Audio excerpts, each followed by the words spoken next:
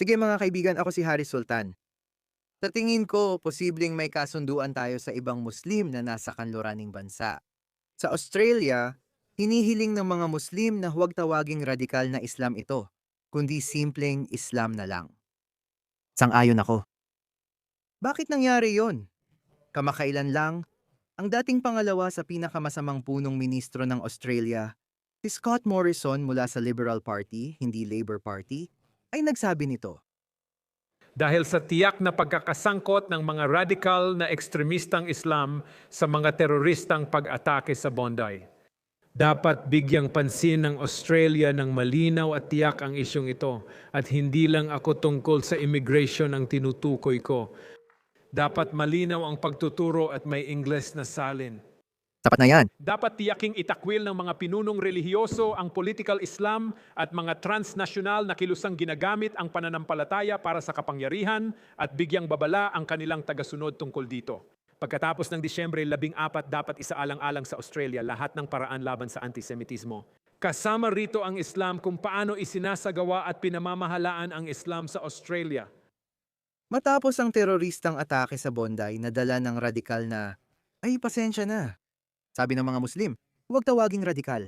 Islam lang daw ito, kaya tatawagin ko na lang din itong Islam. Yan ang gusto nila. Hindi maintindihan ng mga tanga.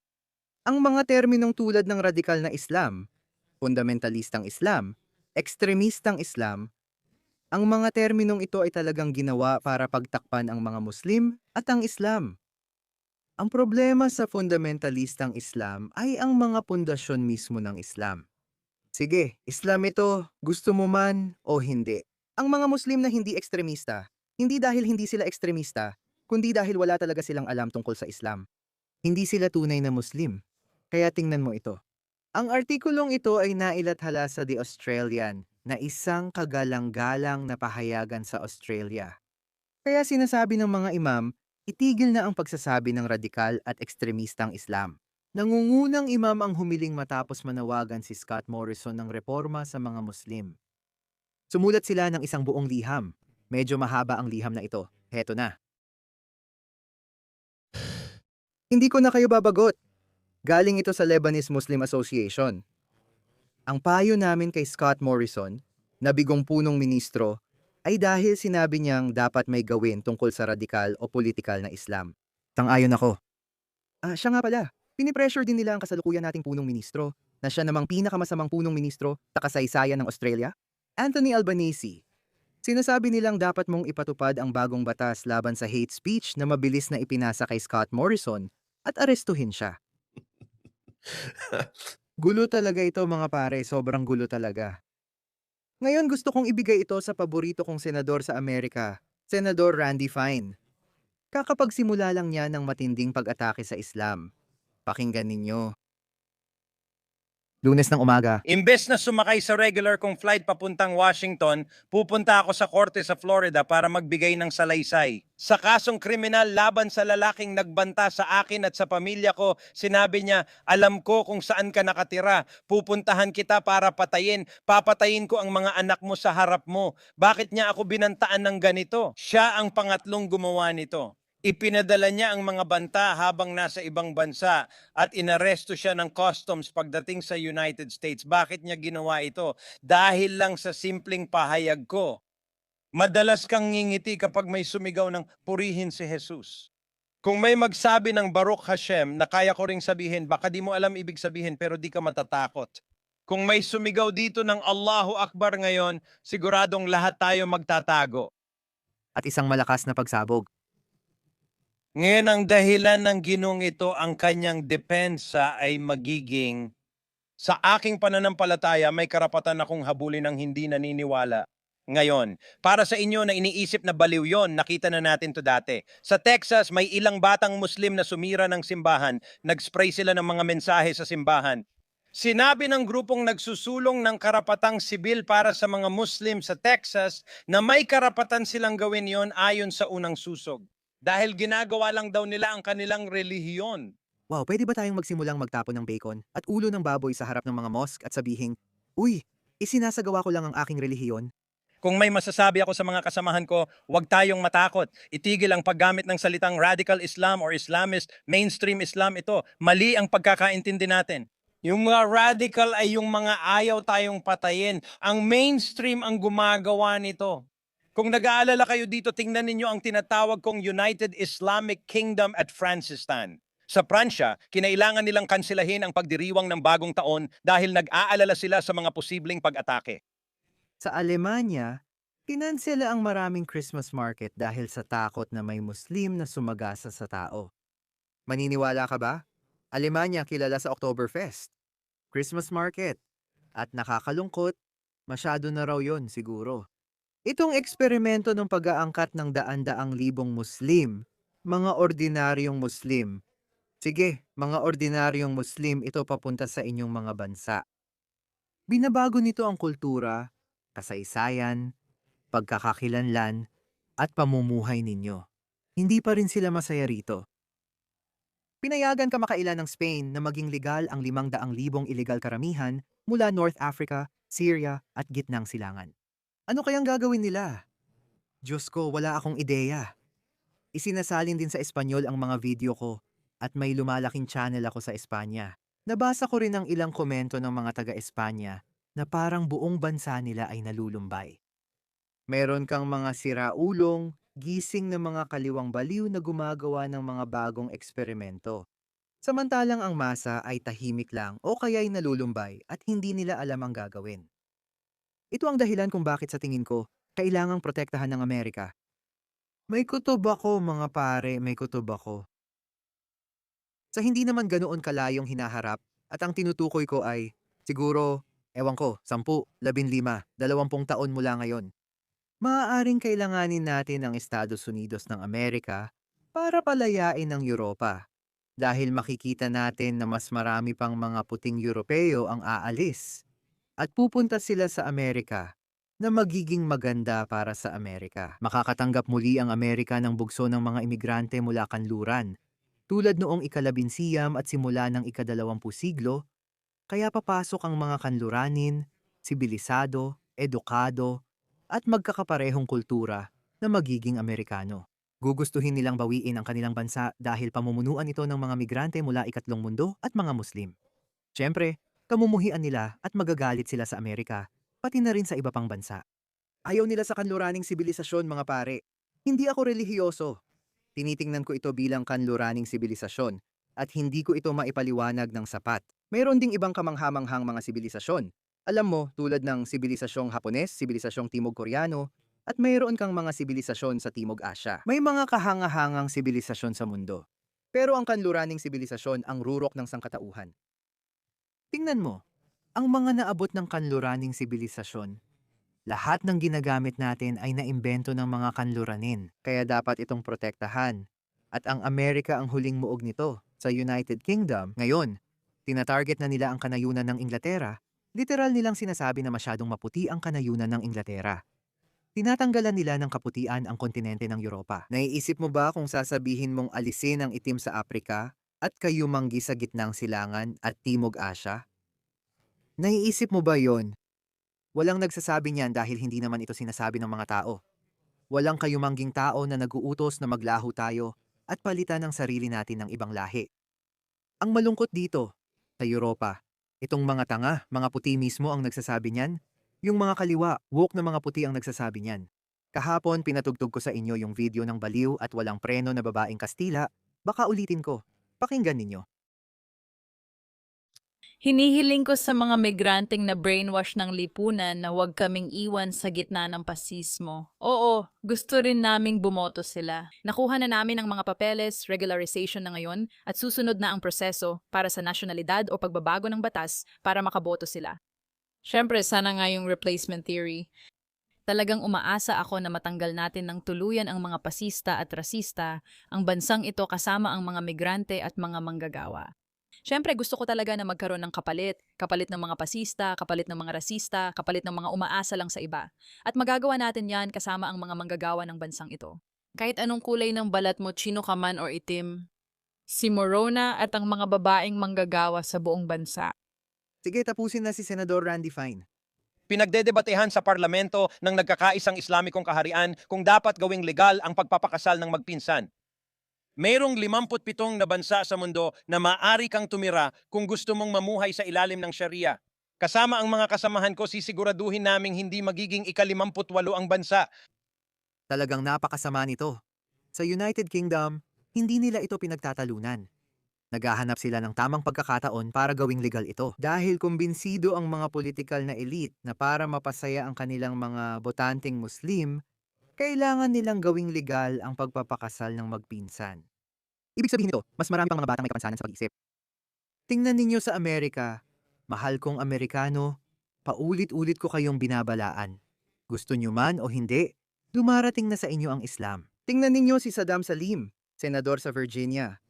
Ngayon, kumikilos ang mga Muslim na mambabatas para gawing krimen ang Islamophobia sa Virginia matapos mahalal ang isang Muslim na lieutenant governor. Kilalanin si Saddam Aslan Salim, isang Bengali Muslim, demokratiko at unang henerasyong imigrante mula Bangladesh na nahalal sa Senado ng Virginia noong 2023 na kumakatawan sa ika-37 distrito.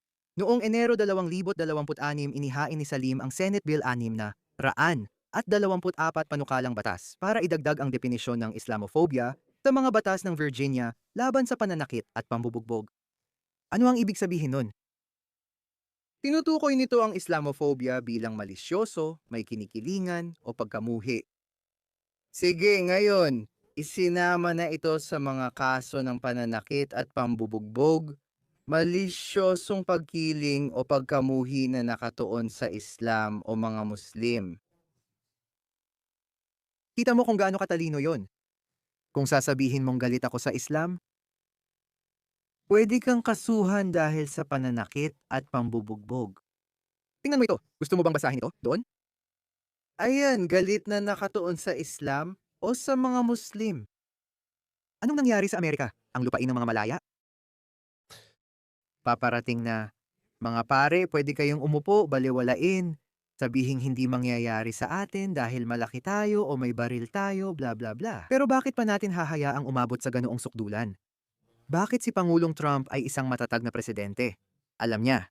Pero kahit siya, wala siyang magawa tungkol dito. Sa itsura pa lang, di natin kayang harapin sina Ilhan Omar at Rashida Tlaib.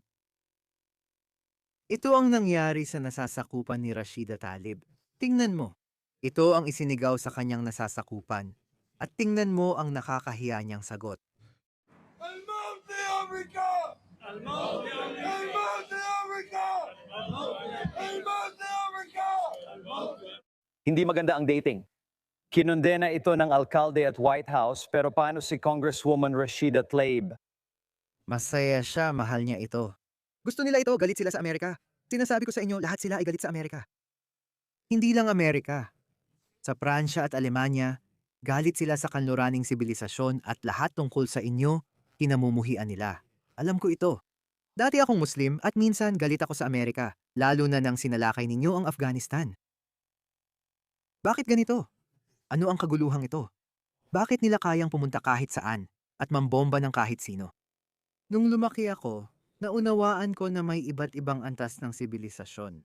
Kung ikaw ay taga-kanluran, kung nakatira ka sa kanluran, at tinatamasa mo ang mga benepisyo ng pamumuhay doon, kailangan mong maintindihan kung bakit napakaganda ng kanluran. Bakit mas maginhawa ang buhay sa kanluraning sibilisasyon?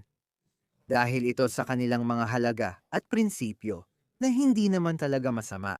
Sa totoo lang, mas matindi pa ako kaysa sa karamihan ng mga Amerikano. Sinasabi ko na ang lakas ng Amerika ay dapat laging pinananatili at ang lakas ng Amerika ay dapat laging ginagamit upang matiyak na mananaig ang mga kanluraning halaga. Ang Islamikong rehimen ng Iran ang tinuturing nating kaaway. Sinasabi nila, kamatayan sa Amerika. Wala akong pakialam sa kanila.